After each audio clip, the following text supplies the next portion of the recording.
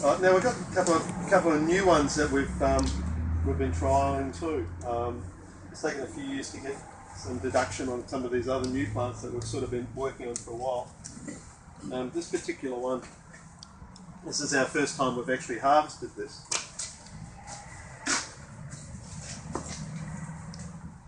And this one's an Earthnut Pea. Delightful little plant. We had them growing in the hanging basket and they cascade down over. And lovely little pink pea flowers by the plant. Just like a pea, so tiny little foliage all over it. But they produce such a, you can just sort of see the foliage now sort of coming up on it. And they produce lots and lots and lots and lots and lots and lots of these tubers. Funny little things. But then we ate them. And you see, you only need one. You can see how the plants actually grow. Grow right through England. They grow in the grass and meadows and those sorts of systems. Quite prolific. As far as we can tell, these are fairly decent sized tubers. They're a little bit tricky to prepare. You've got to sort of scrub them, right? So they take a bit longer. But the flavour's worth it. They taste like chestnut. Really, really nice. And the other nice thing about them is they're a nitrogen fixer. So they, again, you're going to provide additional nitrogen for your gardens and your other plants. So yeah, just a real benefit. Not particularly invasive. You can see that each one of those tubers will grow quite happily. Wanting to do that now. So I should have harvested these probably about 2 or 3 months ago, ideally. So they're dormant in autumn, more late summer, autumn is the time you harvest those, which is good because there's not a lot of tubers other potatoes around that time of year. So yeah, they really want to grow. But yeah, lovely thing. They were sold in Europe, particularly in France, as a tuber crop, but they're fallen out of fashion. They are advertised in England, and some of the permies over there have actually taken them off the list because they were being raided in the native habitat, and so they're almost becoming extinct. So yeah, really, the people think that highly of the flavour. Grow in full sun? Yeah, full sun. Yeah. Being a legume, most of the legumes like full sun, including the groundnut's probably the exception. That'll tolerate quite good shade and still provide a reasonable sort of nitrogen fixation. These are called, commonly called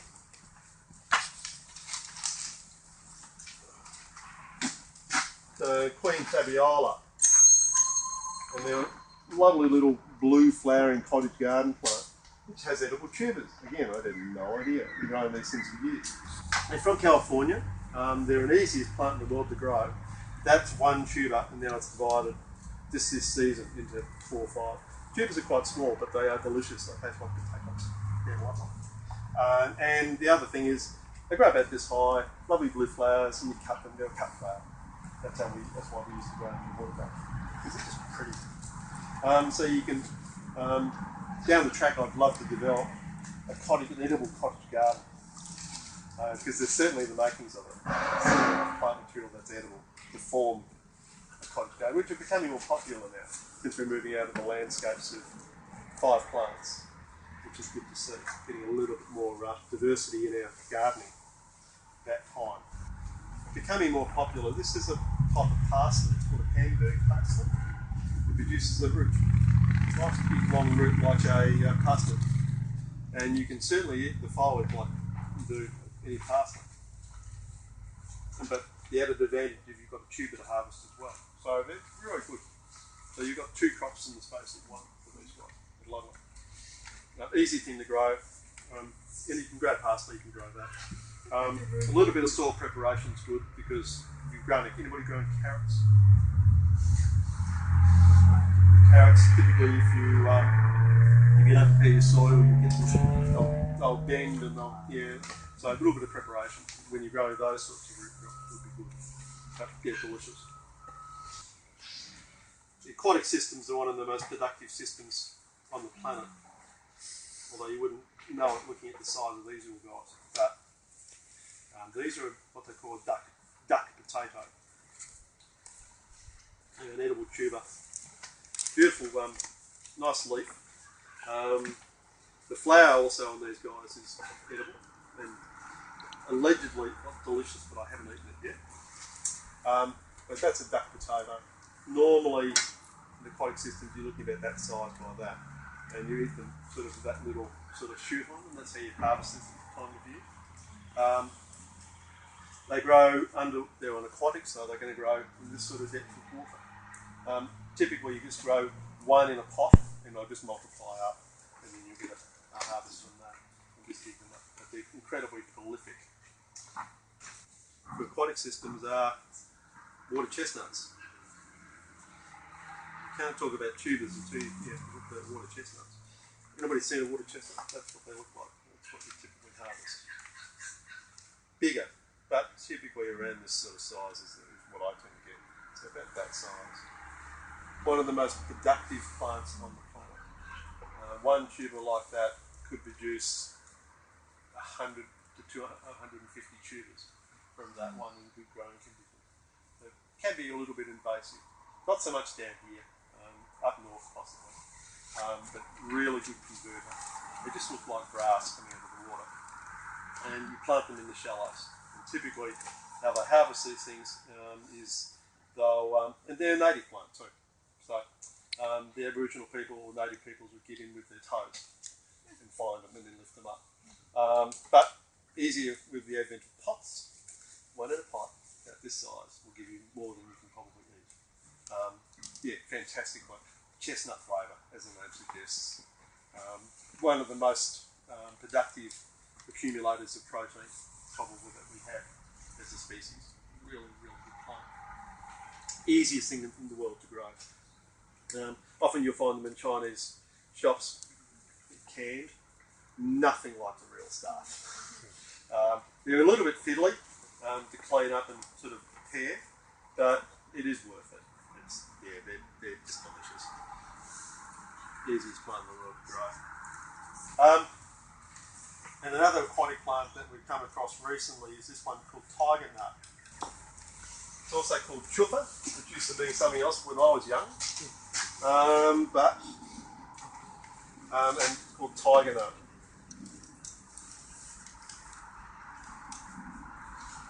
It's a grass. You've probably heard of nut grass, nut sedge, those sorts of things. Some of those can be some of the worst weeds on the planet. They're really nasty things. This particular form, though, has been cultivated for several thousand years and produces these tubers. And you go, why would you bother when you have a look at the size of them? That's what you're looking for. We had one of these, and although I haven't technically done a count, it was one plant, and I think it probably produced, show you what we've got there, just bucketloads of these things, just in a small pot. And you go, okay, fine. They're all in all the books. They're all in all the books, and you do all your research, and they're recommended by all the Hermes. Do they taste any good? Yeah, they taste really good. Yeah, that's fantastic. So we cooked them up for the first time yesterday, and just boiled them up for quite a while, expecting them to get soft. You pick that up and you're going to think it's like chewing a bullet. Look, we cooked them for about half an hour, and then I went, I'll give it a go. And they're really good. They've really got a nutty flavour, and they've got a taste to them like a peanut. So they are more like a nut, even though they're actually grass. So you're not going to get allergies. These are actually grass. I think you'd want to be careful though. You'd want to contain them. One plant grew to about this size and produces that quantity. I think they don't produce viable seed, which is good, but you'd want to be careful with possible weed species. So, if in doubt, you don't buy this one. But it is certainly in a pot, and it can grow as a marginal plant in an aquatic system, or I grew it in a pot and just water the grapes on a saucer, put a saucer under it. That's probably the best way to grow it. Just to make sure it's not going to become a weed. Like nut grass, as I said, that's one of the worst weeds we have. The original reading I did on them was they actually dry them and they turn them into a flower. So there's quite a lot of, I mean, we've been growing them for a couple of thousand years now, mainly in Mediterranean areas and quite through the Arab areas of the world. So but they're a new one on us, on me. How deep are the little bulbs going? Yeah, not far. Just mainly concentrated in a layer.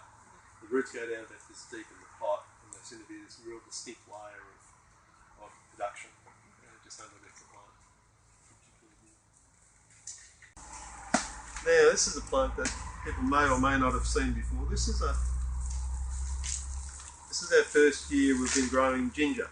This is the cultivated normal ginger you buy in the supermarket or your health food shop. And we grew this ourselves here. And I grow some at home as well, but it's now time to harvest it.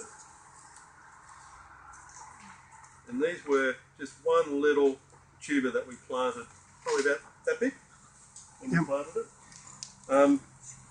We were really keen to grow ginger because it's very expensive in the shops. And we just planted one little tuber in a pot that size, and this is sort of what we've got to give you an idea. Did you wait for it to sprout or just? Yeah. And we had the tuber like this, and that was, of course, when it's dormant at this time of year. So what we did, we actually got the tubers and we put them in a seedling tray.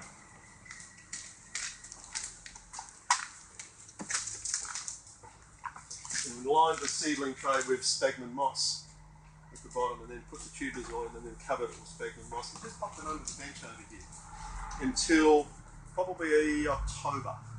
And the reason we did that was sphagnum moss is a natural antifungal and antibacterial.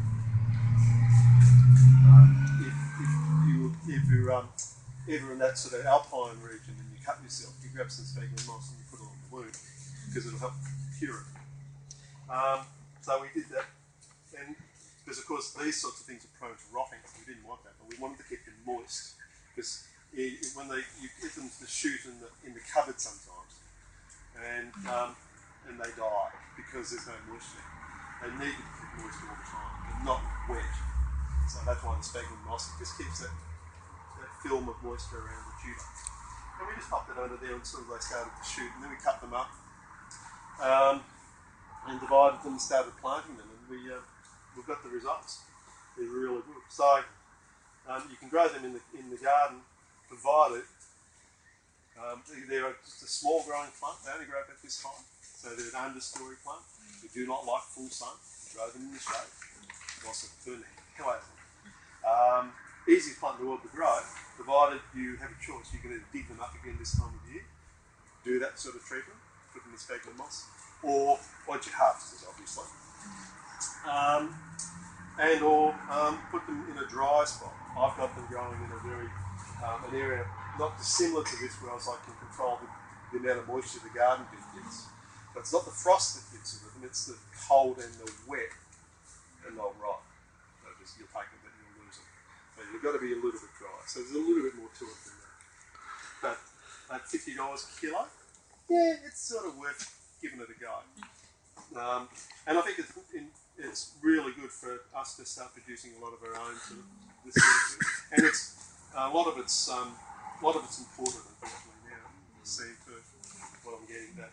And this is good homegrown organic ginger. It doesn't need that much heat. No, it's just right through summer in our climate. Not a problem. Loves it. They're very late to come up though. You'll be waiting and you think it's dead. And they won't emerge until November. And then they take ages before they die down. Ours are just going down and applying the sun down. Just in the onset of the frost. Another plant that we had some success with of a similar nature is this one. This is Tumeric. You can see it's dying down there, looking pretty ugly. Again, understory plant, hates the full sun. So we'll give this a go and we'll have a look at it. Same sort of deal. Becoming a lot more, very popular turmeric now, because it's got all kinds of goodies. Well, I have been growing this for quite a few years in the garden in this particular area. So this plant's 8 months, about 8 months old.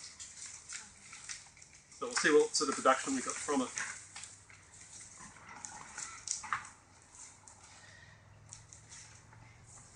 There's a bit. And this is, what's the price on this now? This is pretty expensive? More than ginger? Okay.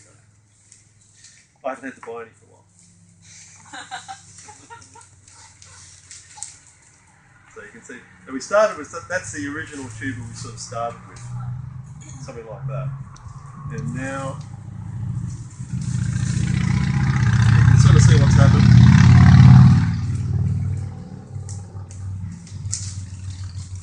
Quite a lot of it there.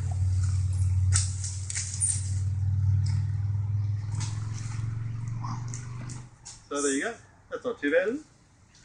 So what would you do now to re-propagate that for something? Re-propagate that. You could use the original tuber. Yeah. That would regrow. No problem, because it's got little bits that shoot on the outside. Yeah. Typically, these sort of things are I harvest and replant perennial. So you could certainly, once that was, you'd allow that to dry totally down before you did this. Okay. But for the exercise today, I thought it would be interesting to have a look. So if I just get in there and just start dividing that up. So there's your plant maybe for next year. So you'd replant that. And you leave some there. And you leave some of that. All those little, I'll pass it around if we want to have a look. All those little shoots, nodes, they'll produce all new plants. So you, again, once that has died down totally, you divide that up, right, and there's a new plant for the next season. So I think that's a fairly good. Doing really well, but I'm just afraid to do it. Is that right? Yeah. I think that was worthwhile experiment. I think it was very good. Yeah, that's great. That's very, very useful. But yeah, I can't. It definitely likes the shade. If you grow, attempt to grow it, so it's an understory plant. We're about this high. That's about the max. Don't grow it in full sun because it could burn the hell out of it. We certainly did when we tried it the first thing. Oh, no, likes the shade. This is confusing. This is called an earth chestnut. This particular plant. As you can see, it's died down. It tends to grow much more like a parsley. And we love this because it fulfills lots of different elements in the garden, in the forest garden system. It has a nice edible leaf, which is a bonus. Earth chestnut, so it gives you an idea, it's a tuber crop. Tubers are very small and you harvest them in summer, so there's nothing really to show you at the moment. But they are really yummy just raw. They taste really like chestnut. I can see why they're popular. So you can either like parsley, which is an interest. Don't expect parsley, but flavour. It's good material. I mainly grow it because it produces these beautiful shoots of flowers, about so high, again of an umbel, which is, and so it's mainly I grow it in flowers for ages as an attractant in the forest garden. It produces good for bees, good for pollination insects, good for predator insects, all those sorts of things. Can self-sow, and they do. Reasonably prolific one. Once you've bought one, you probably won't buy another one. But yeah, very useful from that regard. Good to, the root system goes down about this far in my garden, so it makes it a bit tricky to harvest, but it's good for compacted soil and breaks them up. Certainly one of the hardier plants in the garden system, but really useful. When it's in flower, the foliage becomes quite bitter. So you don't eat it like this. This is the time of year when you harvest it. I'll write up the name of that one.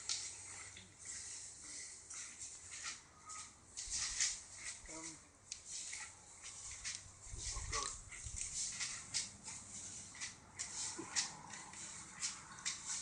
Yes, I've got it.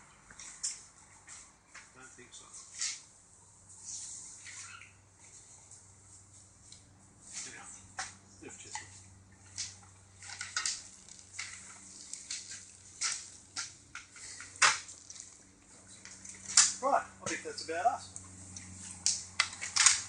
Any questions on all this stuff? Just going back to the turmeric, is there a name for that specifically? There's a couple of different forms of turmeric. This is the yellow turmeric, and there's also a orange turmeric as well. So I haven't been able to find. Yeah, no. There's a lot of confusion with turmeric and those sorts of things about their nomenclature. Certainly in the books I've read, but yeah, I got my original plants came from the botanical gardens, so I'm assuming this is the right one. Right. Alright, we've got a whole stack of food prepared for you guys and all this sort of stuff.